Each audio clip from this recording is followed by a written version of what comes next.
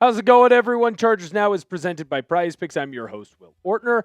And is it time to start worrying about the Los Angeles Chargers? We're going to discuss some major OTA news on today's program because I'm going to be honest, I'm a little nervous. But I was already kind of nervous about this position group going into the year. And I don't know that I'll ever not be nervous about this position group until maybe November. And that might be at the earliest. What position group am I talking about? Of course, I'm talking about the offensive line for the Los Angeles Chargers. Now, I'm not trying to be a hater here, but the offensive line for the Chargers last year was the worst in the entire National Football League. They were god awful. They did not get enough done for this team. Now, some of it had to do with injuries, some of it had to do with poor play, but overall, the offensive line was not where it needed to be. And so we knew that the Chargers had to go and revamp their offensive line. We knew that there was going to have to be a big switch on the interior of this Chargers offensive line unit, and they made it. But the group that I show you on the screen, the group that is projected to be the starters for the Los Angeles Chargers, is not the group that was running out as the first group with the offensive line during OTAs. Now, some of that had to be for a couple of different reasons, but it certainly is a group that I don't know if I will ever be fully convinced that they are fixed until I've seen them play on the field multiple times. But the person who was supposed to be the big switch for this crew, he wasn't even running with the ones. That worries me. Did the Chargers do enough to fix their offensive line this offseason? Let me know down below in the comments, yes or no.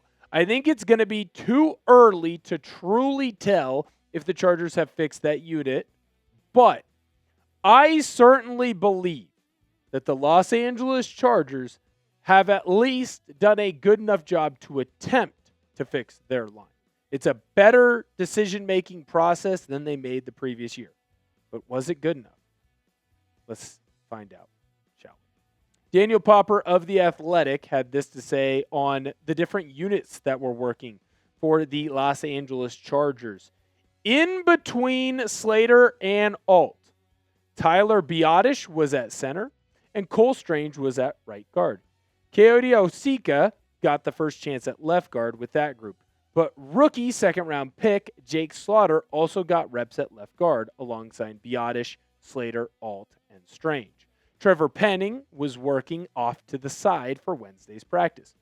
The open spot is pretty obviously at left guard. For now, it seems like there will be a three-man battle between Slater, Awosika, and Penning. That competition will be decided in training camp. Now, why I'm nervous about this offensive line crew is pretty simple. There are 4 different reasons, starting with the fact that Jake Slaughter was a pretty risky draft pick for the Chargers. Not that he wasn't a good player. He was actually rated by many as the top center going into that draft. But that's the position that Slaughter plays. He would not be playing that center position with the Chargers because the Chargers went out and got Tyler Biadasz. So as good as these stats may look for Slaughter, does really well in his PFF grades, good run blocker, good pass pro, doesn't give up many pressures, has too many penalties, but then again, some of that is just being a center, doesn't give up really any sacks. That's a solid center. That's a really good center that I would want to be coming into being my center in the National Football League. But that's the thing. Jake Slaughter is not going to be a center with the Chargers. He is going to be a guard, a position that he hasn't played. Now, he's cross-training, so he's trying to be a better guard because he knew that was a possibility, especially early on in his career. But we have not seen what he can do at guard. Now, I don't want him to be handed the job of being the starting left guard from day one. That doesn't make sense to me, and I'm glad the Chargers are not doing that. But to sit here and say that he is working kind of as the 2, potentially could be the 3 if Penning was out there, that does worry me. And it worries me that he's going to be able to make this transition quickly. We got more to talk about on today's program, but first I need to let you know that today's show is made possible by Prize Picks. Prize Picks is America's #1 sports picks app, and it's the best place to win cash while watching sports. With playoff basketball here, there's no better time to cash in with our friends at Prize Picks. I'll tell you this, the app, it's really easy to use. To qualify for a Prize Picks lineup, pick 2 to 6 players and select more or less on stat projections, including points, rebounds, assists, three-pointers, and several others across all sports. One thing I love is the new social feeds feature, where you can share Prize Picks with your friends and copy lineups with a single click. You can actually follow me on the app, at BigWill7774, to see all of my lineups. Prize Picks has a max discount on Jalen Brunson points for the basketball action going on later on this week. For my lineup, I have that Jalen Brunson max discount, more on his points. Josh Hart, more on his points, rebounds, and assists. Victor Wembanyama, more on his points. New user offer. Download the Prize Picks app today and use code HMA when you play your first $5 lineup to receive $50 in lineups. That's code HMA when you play your first $5 lineup to get an extra $50 in lineups with Prize Picks. Clickable link to download the app is in the comments and description. A big reason why I'm nervous, and we kind of talked about that in that first go around, is that Slaughter could take time to develop.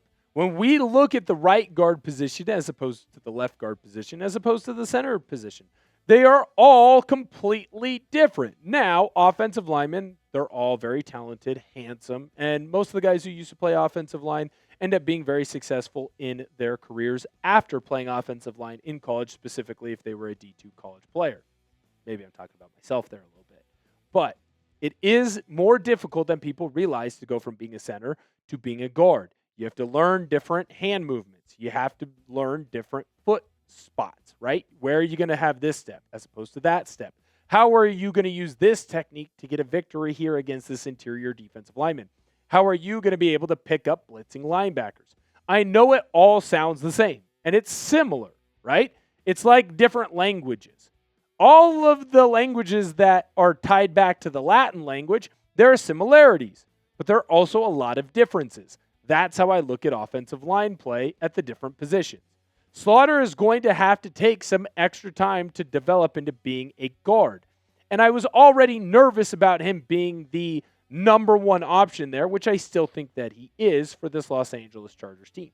I like that they're making him earn it because he's going to need to go out and do that. But I also think it's important to kind of note that Slaughter, it's going to take time for him to develop. Will he be in a position where we are comfortable with him running out and starting for the Chargers by week 1? I don't know. It's going to take time to see, and I don't love that he wasn't running with the ones, even though it would be a trading off spot as the first option early on in OTAs. Which Chargers position group are you most excited to watch? Let me know down below in the comment section. I can't believe I'm going to say this. My position group that I'm excited to watch, it's not the offensive line, it's not the wide receivers, it's not the quarterback, it's the edge rushers. Thule, Khalil Mack, and Akeem Mesidor. Man, that crew gets me fired up. I can't wait to see what happens there. Cole Strange, it doesn't appear to have a competition right now at that right guard position. Now, maybe there is going to be some sort of weird version 4-man rotation between Strange, Penning, Slaughter, and the rest of the crew. But I don't love that Cole Strange doesn't have anyone pushing him. We're not going to sit here and pretend that Cole Strange is one of the best guards in the National Football League. He's fine. Kind of. He's okay, right? Now, Mike McDaniel brought him over from Miami because he thinks that he's someone that could have a lot of success with this team. But I'm not going to sit here and say that he shouldn't have a competition. I mean, shoot. When you give up 21 pressures in a single season, that's not good if you're a tackle. If you're a guard, that's really not good. Now, he doesn't give up a lot of sacks, and pressures can be a bit arbitrary, but to sit here and look at Cole Strange's numbers, even though they are PFF, it doesn't feel like he should be a shoo-in to instantly be plugged in as a starter. He should be someone that's competing for that role, and it doesn't feel like he is, at least not in a direct competition right now. I would have preferred a better option. I would prefer and have preferred if at the very least there was a true competition for that right guard spot. The last thing that I want to talk about is pretty simple, and I've kind of already mentioned it. I'm going to be nervous even if you told me that Jake Slaughter was the best guard in this draft. Even if you told me that Jake Slaughter came in and was dominating OTAs, you could tell me that Jake Slaughter pancaked Dalvin Tomlinson and Tierra Tart at the same time with different hands, and I'd still be nervous about where this offensive line crew is. Last year, Joe Hortiz did a lot of different things to build up that offensive line, and none of it really worked. Last year kind of ruined my confidence in the Chargers' ability to bolster up a true offensive line. Now, to be fair to the Chargers, to be fair to Joe Hortiz, to be fair to Jim Harbaugh, to be fair to that entire offensive line unit, one, it's a whole new crew that's coaching it. Two, there were 1,000 injuries. And there's not much you can do when both of your tackles end up missing a vast majority of the season, and you have a guy that you sign in Mekhi Becton who doesn't end up doing squat for you. That all being said, this is a league, and I am a person where you have to prove it to me week after week after week after week before I buy in. And while I was nervous going into OTAs, I was hoping that maybe some of the OTA news that came out would calm me down. Unfortunately, I'm making this video on a Tuesday, and that tells me that I have not calmed down, not even in the slightest.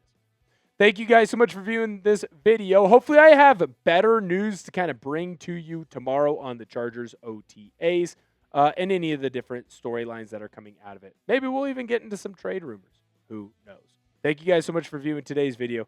Go tell someone that you love them. And as always, bolt up.